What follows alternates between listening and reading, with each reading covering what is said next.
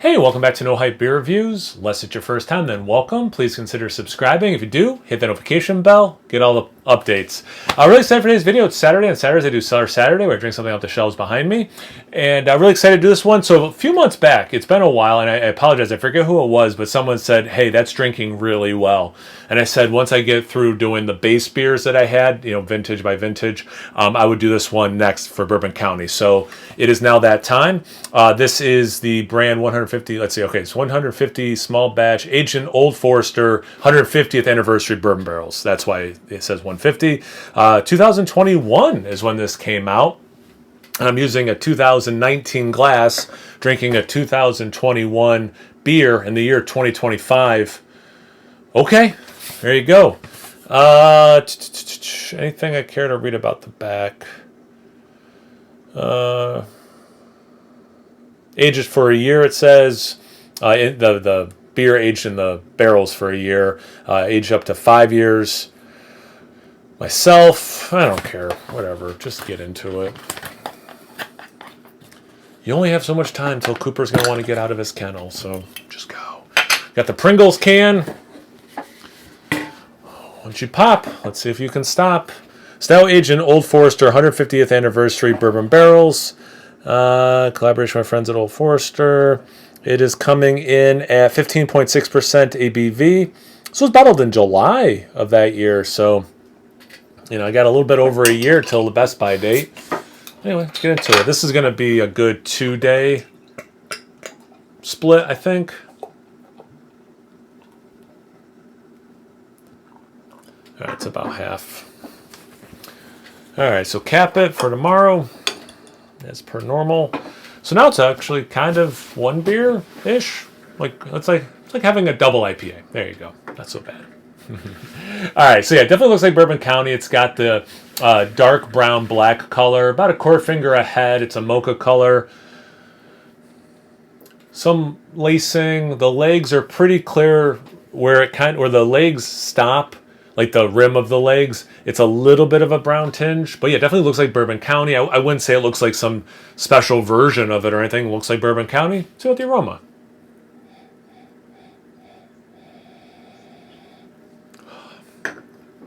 Very chocolatey. Good mix of the bourbon without being overpowering. Is it coconut? There's something that I like that is less common that I'm getting. Yeah, it is. It's coconut. The chocolate is milk chocolate. There's some dark chocolate. Mostly like Hershey Special Dark, not like 90% cacao.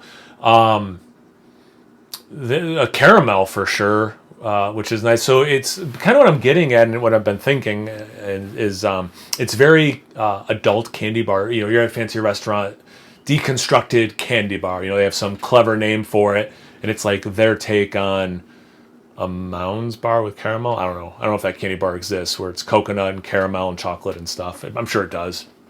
But anyway, it's like their version of that.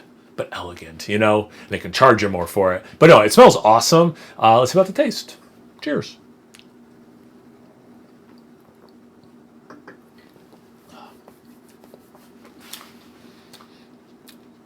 Yeah, this is drinking well. I do get some of that coconut, not a ton, but I do get some, which I'll say two things about that. One, it makes sense why coconut is a good adjunct for beers like this. And actually, the aftertaste has a little bit of this coconut. It might have more of the aftertaste than the sip. But it was interesting. When I first took the sip, I had a thought. And I brought this up recently. It was one of Phil's homebrews. It was the Vanilla Police one. And I didn't realize he doesn't like bananas. But I was like, man, I think this base beer with bananas would be money. And I think it's the chocolate and banana is a good combo. And this is very chocolatey. But I think that the coconut goes a little tropical in my mind. It's like, oh yeah, coconut and banana pairs well. We're like, oh yeah, a banana variant of this is awesome. It's just interesting kind of, it's like the illusion of baking spices that I'll say in a Belgian style quad or something. But like, it's not the illusion of banana. It doesn't taste like it has banana, but it's like, man, banana would be good. Anyway, weird tangent to go on. Something that's not there, I spent the most time talking about. Typical rambling. You do get some of the caramel. There's a little roast, but like I was saying, the aroma, That roastiness goes somewhat dark chocolate, but not that 99% or 90% cacao. Doesn't go coffee for me. But again, you can see why cocoa nibs and coffee makes sense to add to a beer like this to accentuate the stuff that's already there. I do think sometimes the single, like, okay, I do think there's, let me just go in order. I do think there's a slight elevation with a barrel, and that's not always the case. I think we saw that the one year they did those Easter eggs where it was how they do the blend of the different barrels for the base, and they did them separate, and it was definitely, you could tell at times it was a product of the sums. Like as individuals, they weren't as outstanding. So definitely, like, the single barrel age does not always yield the best results, is what I'm getting at. And I think there is an increase in the taste of this with this barrel aged, this 150 Forester. So that's cool because I don't even remember what I paid for this, but it was definitely more than the base Bourbon County. So the fact that it is drinking a little bit more based on the barrel is pretty cool to me.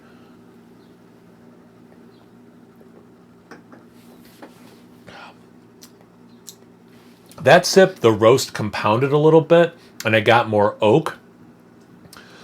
The bourbon in this is very special. That sip I just took really drove that point home. And again, I apologize to whoever it was. I'm sure you're watching this since this is the one you were like, hey, drink that. It's drinking really well. You are right. This is drinking very well. This is...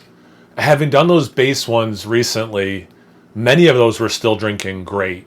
But this does seem to have a little bit of an elevation over them, which is nice. You know, does the ratio of better taste to the base versus whatever I paid for this versus the base, I'm sure that ratio is still out of whack cost-wise. But like just from a flavor point of view, this is better, and this is really good. It's hiding the 15.6%. Isn't that what it was? 15.6. You know, it drinks big, but not burning or anything, so that's nice. But yeah, I love this. I think this is fantastic. Have you guys had this one before? Have you had it lately? Are you the person who recommended it and you're like, how dare you? Just make sure it's over 3 words because that helps the algorithm. So how dare you? Yeah, that works. But anyway, what are your guys' thoughts? Comment section below. Let's get those conversations going. Once you're done doing that, make sure you check me out on Instagram and Untapped. It's No Hype Beer Reviews, both those places. So please like, comment, subscribe, and most importantly, imbibe. Cheers, everyone.